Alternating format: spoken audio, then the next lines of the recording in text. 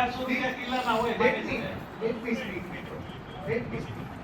મિત્રો આ 1512 જે કોર્પોરેશનના આપણે લગાય એમાં ટ્રેક્ટરના ડ્રાઈવરો સાહેબ મજૂર વચ્ચે સામાન ઉપાડતા હતા એ બધા હતા. શું આપ સવારે 6 થી જો સાંજે 7 સુધી કામ કરે તો એને એ ટાઈમ જમવાનો અધિકાર નહીં મિત્રો?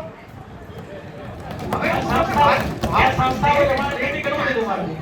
એકની આન્સર સાહેબ સંસ્થાઓ જમાડતી હતી કે નહીં? મને અમે જમાડ્યું છે અને એના વિશે સંસ્થાઓ જમાડતી હતી સાહેબ.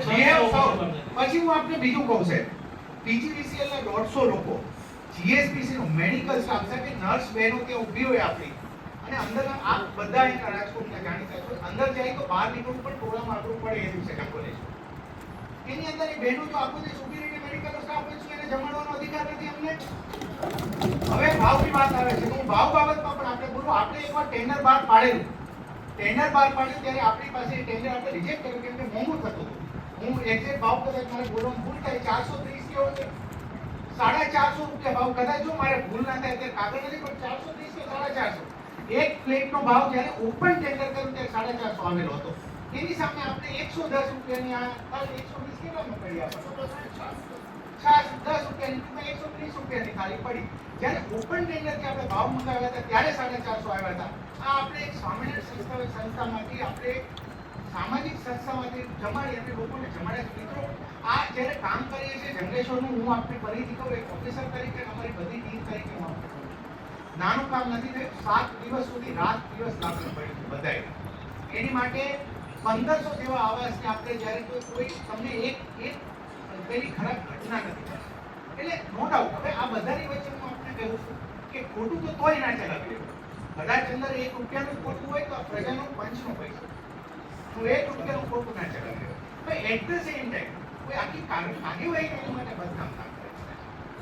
એકાદા કોઈ અધિકારીએ કંઈ પણ થયું હશે 1 રૂપિયાનો ખોટો ખર્ચ થયો હોય તો એને આપણે સજા આપવી દિલો સાથે તમામ એને કરવું પડે આપણે. પણ એના માટે જે આવું ઐતિહાસિક કામ થયું છે એને આપણે સાવ અંડરલાઈન ના કરી શકીએ.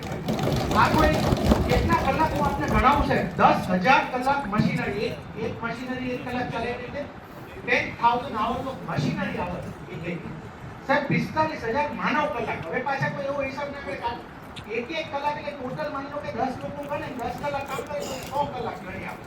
એટલે હું ફરીથી કહું છું કે મહેનત ટાસ્ક મોટી ટાસ્ક છે અને આપણી માટે વર્ષોથી જેના પ્રશ્નો હતો એ આપણે એને સોલ્વ થયો છે.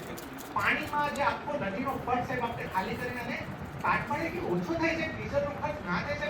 અને હું આપણે એ પણ કહું કે અમે જ્યારે અંદર ગયા તો આપણને એમ લાગતું હતું ઝૂંપડીઓ નહોતી હશે 80% અમને બંગલા જેવા મકાનો મળ્યા છે મોટા મોટા. તો એ તોડવાનો નથી થતું ખર્ચ થાય.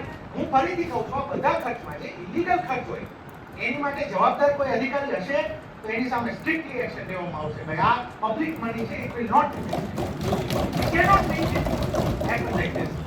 કોઈ પણ માની લો કે પાણીની બોટલથી લઈને કોઈ નાની મીઠાઈ સુધીનો ખર્ચ હશે જો ખોટો હશે તો વીલ ટેક એક્શન.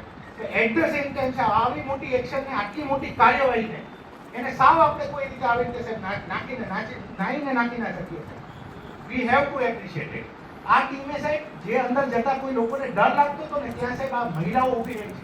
આ જે લોકો જમ્યા છે ને અંદર એમાં મહિલાઓ ઊભી રહી છે. એવું કોઈ વાતાવરણ નહોતું. જે લોકો પાણી પાતા હતા જેના મકાન પડતા હતા એ તમને પાણી પાતા હતા એ તમને ચા પાતા હતા. વિડિયો છે મારી પાસે. મહિલાઓ પણ ઊભી રહી છે. જેના મકાન પડતા હતા એ તમને ચા પાતા હતા એ તમને નાસ્તો કરાવતા હતા.